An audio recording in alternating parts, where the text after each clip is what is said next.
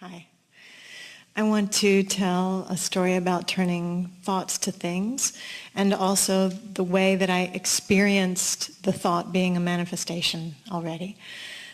A while ago, maybe even a year ago, I had an idea to write a comedy, a romantic comedy set. I live in Buenos Aires, so set in Argentina and India, where I have a strong connection. And I just told people that much. I have a romantic comedy, Argentina and India.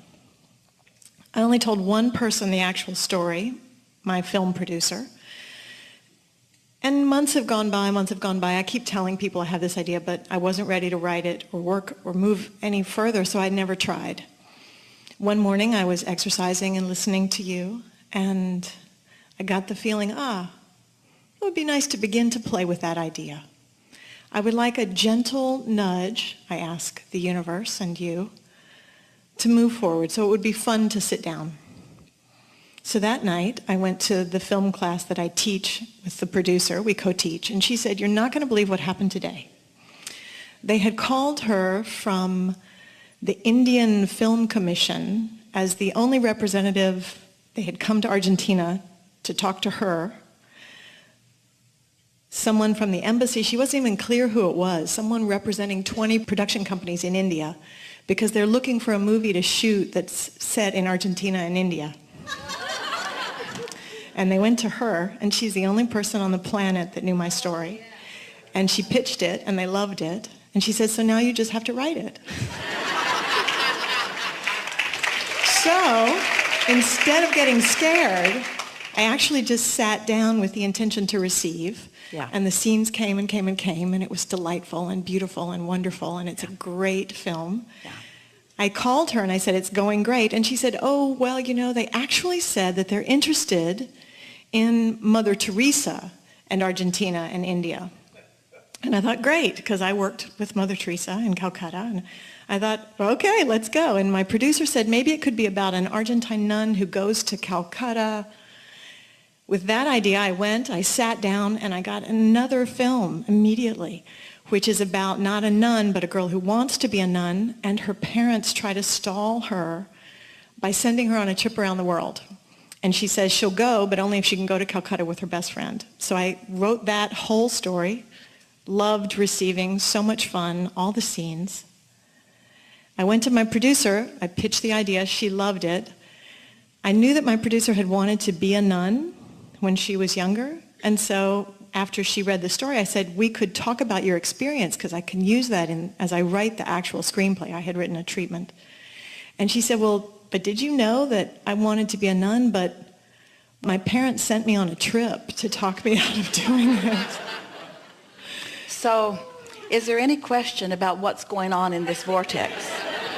All the pieces are there. They've all been working together. The cooperative components have been working their way out. And then the most interesting thing, and we know that you mean to go back and speak to this yourself, but we want to stick this in here first, is that we've been talking about how there's this gestating of your vibrational reality, and how law of attraction has already gathered the cooperative components, and you heard a scant spattering of those. There are so many more. This is gestating. It's becoming more and more and more and more and more, and the momentum is gathering. The cooperative components have already been set into motion.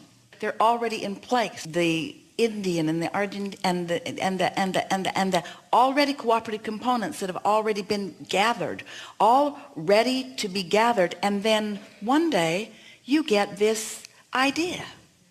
As you begin letting those thoughts turn to things in your mind. So as that thought comes, as you started to say to us, that was a manifestation that happened to you. Mm-hmm. And then more and more and more and more. This is the way it works. This is absolutely, we want you to know that, like our friend's story that you just heard, you have all of those stories too. How all of the pieces of your lives and the lives of the people you know, they're all there. They're all generated. They're all together. It's all so much more.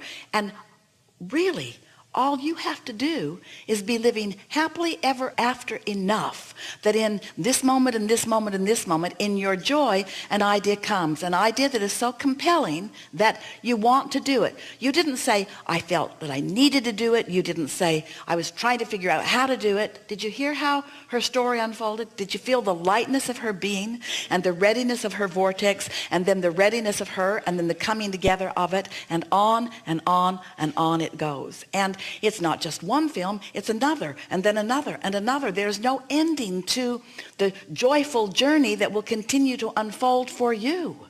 No ending to it. It's not like just wanting something and it's in the vortex and somehow you make yourself to it and then boom, I've got the manifestation. Oh, it isn't like that. There's another and another and another and another. Always something else equally or more wonderful on the horizon for your discovery. It is such a delicious thing, isn't it? Yeah. Yeah. And I had a moment when I had that feeling, because I was in alignment when I had I was in alignment when I first got the idea. It came with all that energy. You had to be. And then I was in alignment when I got the desire to begin to write it. Yes. And immediately I heard this little should, and I just was like, oh, so what I need from the universe is a way to make it fun. I need something fun so that I can sit down, not the feeling, oh, you haven't written this all year, none of that. Just what would make the next piece of it fun? Yeah, that's your best mantra ever. What's fun? And don't you remember, Esther remembers being really little, and saying to her mother, what should I do? And her mother would say, well, you could clean out that drawer. And Esther would say, no, I mean, what's fun to do? What's fun to do? And her mother would say, well, cleaning out that drawer might be fun. And Esther would, no, that really wasn't what she had in. But what's fun to do? What's fun to do? If you could get on that wavelength, what's fun to do? What would I like to do? What do I feel like doing? What's fun to do? What's interesting to do? What's exhilarating to do? What's fun to do? And sometimes it can start out as what's easy to do? What's easy to do? And I also love that when I got the idea, the meeting had already been set up. Well, of course it had. All of the pieces were there for you before you received the first idea. That's what we're really wanting you to hear. You're not making this happen. You caused it to happen during contrasts that you lived and what you put into the vortex. It's already there. It's there for all of you. You're not making it happen. You're not setting a goal and making it happen. It's already happened. And you're in the receiving mode so that you're receiving the idea of what's already happened. And there hasn't been a better description in this format of explaining that in real time than what you just gave. You heard it, didn't you? Something more? I had another manifestation a month earlier than that, where completely free of resistance, because I was cleaning up my thinking and I had been saying I was ready to date a lot of men, and I realized that meant I wanted to date a lot of near misses, and I just was like, oh, I'd rather find a match, and I wrote it out really clearly. Later that day, I had an impulse to send a text. Now, can you find also the correlation between how the other felt and how this felt? Yes. Yeah, same thing. And there was excitement in realizing that my thinking was sloppy. And as soon as I realized, oh, I was asking for near misses. I was asking for a string of near misses. I don't want that. I want a match. And so there was no resistance about worrying. It was just excitement. I wrote down a really detailed description of this man. Later during the day, completely disconnected, had an impulse to send a friend request to someone who'd been in Cancun that I didn't meet, but is on an Abraham page. We connected later that day, still, not a big deal. The next morning, I really felt a marvelous alignment. I exercised and listened to you and meditated, and I'd written, and I was really feeling great. Went downstairs, and that man and I chatted for about an hour, and I felt the feeling of feeling in love with my match. 24 hours later, I just was over the moon. I was so giddy. I called my friends. I was like, oh my God, in 24 hours, I met my match. And my question is that immediately some old resistance showed up. And so that train, which was really rushing forward in the excitement and the fun and the pleasure and the love, and it felt so great, and dancing in the kitchen, these other pieces also showed up from my past. And I was going to ask, in that moment, my response to it was to sort of look at those pieces, and I had heard you say one time that Esther said, oh, that thought is no longer useful to me, so I don't really need to think that anymore. Well, that was unnecessary and unhelpful, she will say. But my question's a little bit about that, the sweet spot or the point of when is it useful to actually look at the thought that comes up? Like, do I want to open up that locomotive that's going that way and see the engine and take it apart and say so it doesn't work, or just stop putting coal in the locomotive so it'll, like... Resistance is resistance. And when you're looking for it, you usually find it. There are a few things that we'd like to point out to you about this, because the near misses part of your vibration was a little more active than you realized. And even though you did address it, and you did manage to resolve it a little bit, so that sort of answers this last question. You did resolve it a little bit. Still, there was enough there that it sort of came up again. So this is the thing that we want you to focus upon. So as the impulse occurred to you, we want to say this to you. That's the difference between step 3 and step 4. Step 3, you can find yourself in a state of allowance, in a state of receiving, where an idea will come.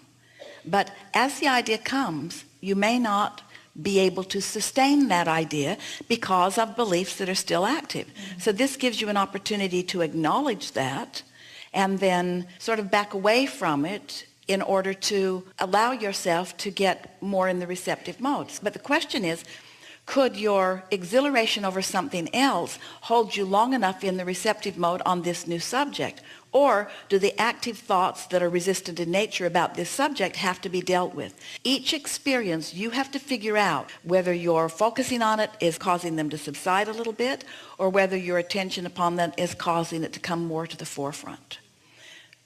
Good enough for that? In other words, you just sort of have to work that out on your own, as long as you know what your goal is. Your goal is to find relief. Don't get too critically engaged in the outcome, because the outcome will trip you up. If you stay involved in the way it feels rather than too activated about the outcome, then it goes better. We know that you got that to a large degree, and now we're going to give you something that's really going to help you get it all the way. And that is, you know how fortunate you are that you are able to relax and let a stream of thought flow and create a movie that will be on the screen.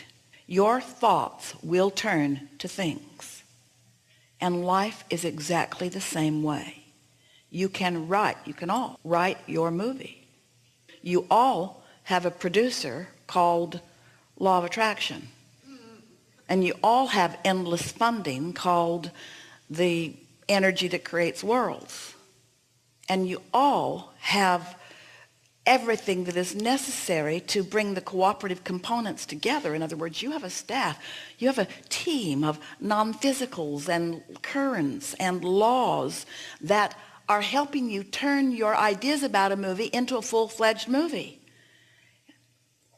You create your own reality, whether it's on the screen or whether it's something that comes into your life experience. So knowing that, that's why there was such power in what you wrote. And so you know how in a movie the scene will change and then you can write it again.